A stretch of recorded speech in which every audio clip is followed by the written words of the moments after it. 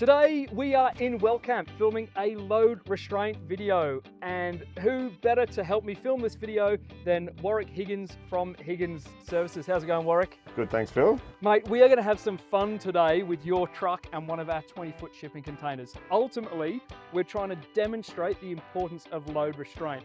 So here's what I'm thinking, right? We're going to suspend a tin of paint that's dripping paint on the floor of our fully sealed shipping container. We're going to have no restraints on it, and we'll take it for a lap around our yard, a nice controlled environment, and we're going to see how much that paint tin moves. Then we're going to apply 2 diagonal restraints. Again, take it for a lap, see how much it moves. And then for the third test, we're going to have all 4 corners of the paint tin restrained, and hopefully it won't move at all. Yep. Now, I know you're a bit of a gambling man. What do you think we're going to see with the paint tin that's dripping when there's no load restraints at all? I think you're going to see a very big mess inside that container. I think my theory is correct when I say that an unrestrained load will move very violently, I think. So. All right. Well, I'm looking forward to seeing that. Yeah. For the second test, what are you thinking? It's going to have diagonal load restraints. I think we'll see some movement, not as much as unsecured, Yeah. but I'm pretty sure that we'll see some significant movement. Awesome. And then for that final test, when we got all restraints on it? I think you'll see a perfect drop down the middle of the container. So All right. if my theory is correct. So. Well, let's hope so. Now, before we get into the fun stuff, why is properly restraining a load so important, even when inside a shipping container? Look, I think everyone within the supply chain is important. So not only our drivers, but the consignor, the consignee. Certainly loosely or unrestrained loads can pose a massive impact to road users as well. And not only that, but when you're loading and unloading unrestrained load, we can have uncontrolled movement, so forklifts and cranes can be impacted as well. So not just human factors, but also equipment as well. Yeah, absolutely. And that really speaks volumes to the actual laws that we have in place around load restraint and chain of responsibility. Whether you're a consigner, a loader, an unloader, or in your circumstances, the actual transport company, everyone plays an important role in that chain of responsibility. All right, that's enough talking. Let's have some fun with some of these experiments. All right.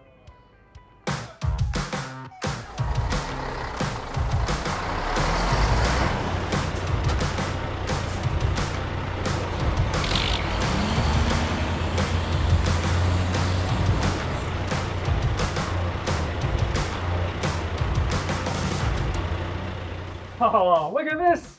What a mess this has made. My God, what a mess, Phil. As we predicted, no load restraints. No load restraint, this is what happens, mate. Exactly, no matter how small the load you think it is, it can have a huge impact on inside a shipping container.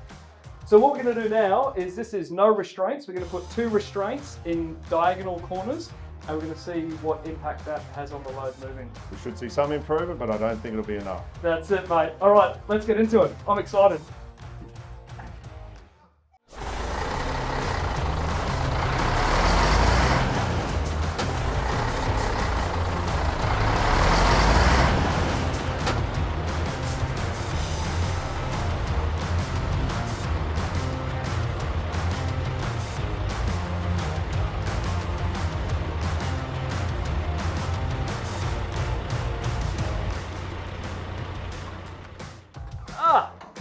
Look at that. Not as bad as the first time. We're getting better, Phil, but we're not quite there. That's it. So, what are you thinking?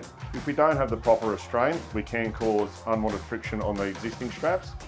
So we don't want that kind of movement. It can create weak spots. So I think with the proper restraint, we won't see any movement whatsoever. Yeah, absolutely. And whenever we are using restraints, anchor points, welded lugs, it's always important to make sure that they're suitable for the load that they're going to have to restrain. All right, well, the next test, we're going to put another 2 ratchet straps on, and let's see how stable we can make this suspended load. I'm sure it will not move an inch.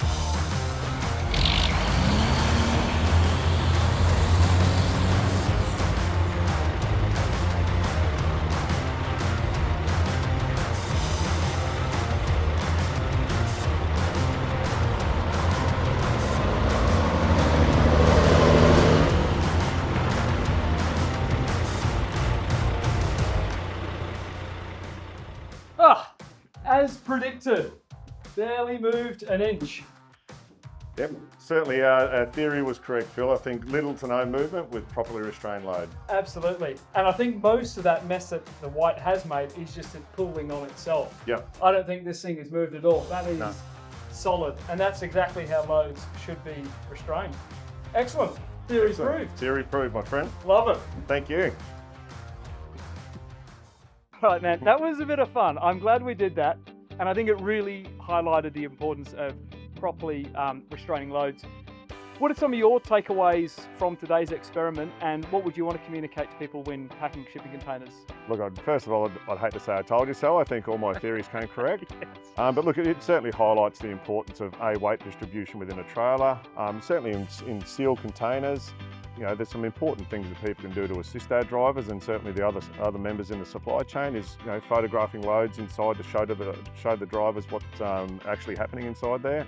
The correct load restraint in there, you know, the right straps to use, blocking, you know, rubber, all these things can dramatically, you know, secure loads within those sealed containers. So it's so important for us in that supply chain to have this information, and certainly to have the right people that are packing and securing loads. Yeah, absolutely. And I know it was a little bit of a silly experiment and perhaps over-emphasised the importance of it all, but I really think the colours on the floor really paint the true picture today.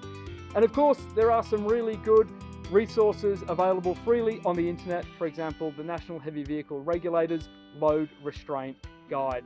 Now, I think we've had some fun. I think we need to go and clean up the mess that we've made. You ready? I've got some gloves for you, mate. Let's go.